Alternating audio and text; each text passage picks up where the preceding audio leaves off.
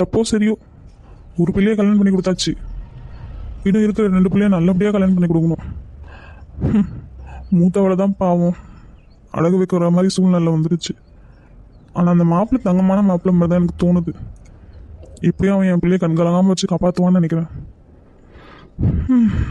இனிமேல் இருக்கிற இன்னும் 2 பசங்களை நல்லபடியாக படிக்க வச்சு அவங்களுக்கு பிடிச்ச மாதிரி மாப்பிள்ளையை தேடி அவங்களுக்கு பிடிச்ச மாதிரி கல்யாணத்தை பண்ணி வைக்கணும். இறைவா, என் அப்பா முருகா கூடவே இருடா. இப்போ இந்த 2 பேர் எப்படி சமாளிக்கிறது தெரியலையே. இவங்களுக்கு தெரியாமல் கல்யாணம் பண்ணிட்டோம். இப்போ எங்கள் அக்கா எங்கன்னு கேட்டால் நம்ம என்ன பதில் சொல்லலாம்? ஏதாவது சொல்லி சமாளிப்போம். அப்பா ஊருக்கு போயிட்டு வந்துட்டீங்களா? எங்க அக்கா காணோம். அக்கா எங்க? அக்கா மட்டும் விட்டு வந்துட்டீங்களோ? அக்கா இப்போ தான் நினச்சேன். அது வந்து அக்காவை என்னப்பா அக்கா அக்கா ஒன்று அக்காவுக்கு என்னப்பா? எங்கப்பா அக்கா? கூப்பிடுப்பா. 2 நாளாக அக்கா இல்லாமல் போர் அடிக்குது எனக்கு. நிவிக்குட்டி அக்கா வரமாட்டாங்கடா. அதை சொன்னாலும் உனக்கு புரியாது. எனக்கே இப்போ தான் தெரியும் என்ன நினச்சின்னு. நீ போய் ஹோம்ஒர்க் எழுது போ. அக்கா இனிமேல் இங்கே வரமாட்டா. அவள் வேறு வீட்டுக்கு போயிட்டா. இவ வேற லூஸு மாதிரி ஏதாவது வந்து சொல்லிகிட்டே இருக்கா. தூரம் போடி அக்கா. எனக்கு பெரிய அக்கா வேணும். பெரிய அக்கா தான் என் மேலே ரொம்ப பாசமாக இருப்பாங்க. 2 நாள் அக்கா இல்லாமல் எனக்கு தூக்கமே வரல.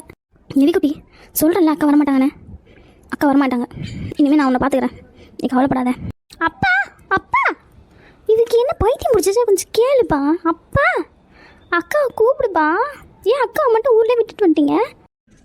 நிவிக்குட்டி, அக்கா சொல்கிறதான்டா உண்மை. இனிமே பெரிய அக்கா வரமாட்டா.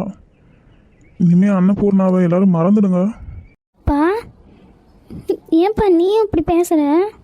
அக்காவுக்கு என்ன ஆச்சு? நிவிக்குட்டி அக்காவுக்கு ஒன்றும் ஆகலை. அக்காவுக்கு கல்யாணம் ஆகிடுச்சு. அக்கா வேற ஒரு வீட்டுக்கு போயிருக்கா. எது கல்யாணமா? ஏதாவது உளராத. நம்ம தான் அவளோட தங்கச்சி. நம்மளுக்கு தெரியாமல் எப்படி அக்கா கல்யாணம் ஆகும்?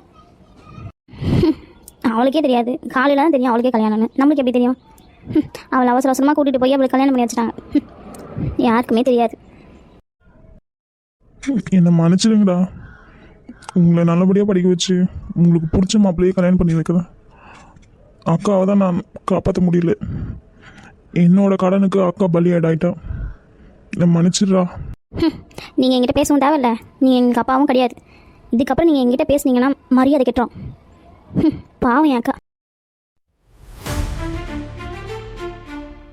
பாக்கியா, அப்பா தெரியாமல் தப்பு பண்ணிட்டேன்டா. அப்பா மன்னிச்சிடுறா. உங்களால் தான் எங்கள் அக்காவுக்கு இவ்வளோ பிரச்சனை. தயவு செஞ்சு எங்ககிட்ட பேசாதீங்க. உங்களை கையெடுத்து கும்பிட்றேன். எங்களையும் எங்கேயாவது அடக வச்சிடாதீங்க.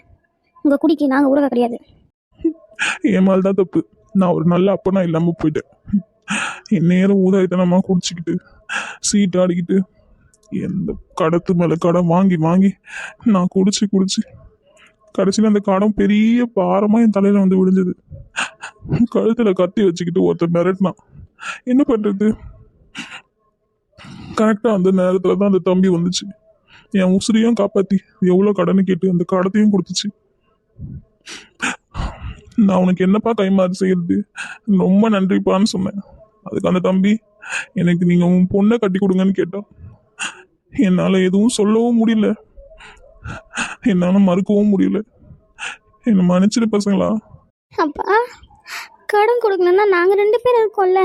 நாங்கள் ஏதாவது வேலைக்கு போய் சம்பாதிச்சு தந்து கொடுத்துருப்போம்ல. நீ ஏன் அக்காவை கட்டி கொடுத்த? நான் அதுக்காக மட்டும் அக்காவை கட்டி கொடுக்கலடா.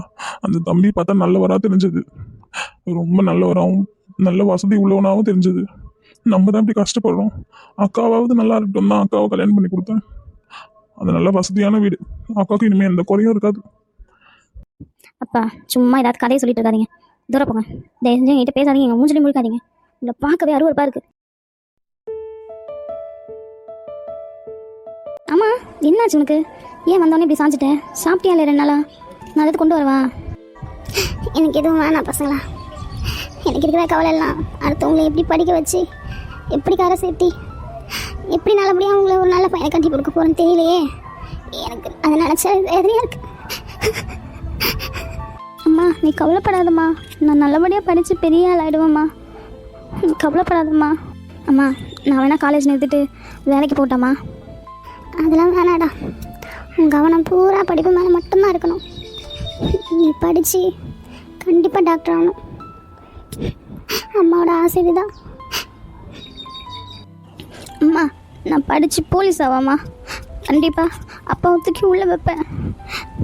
நீ அழாதம்மா. சரி பசங்களா, சாப்பிட்டீங்களா இல்லையா?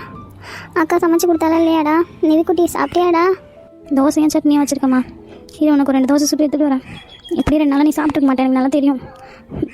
அம்மா நானும் அக்காவுக்கு போய் ஹெல்ப் பண்ணுறேம்மா. இனிமேல் இந்த 2 பசங்களையாவது கரை சேர்க்கணும்.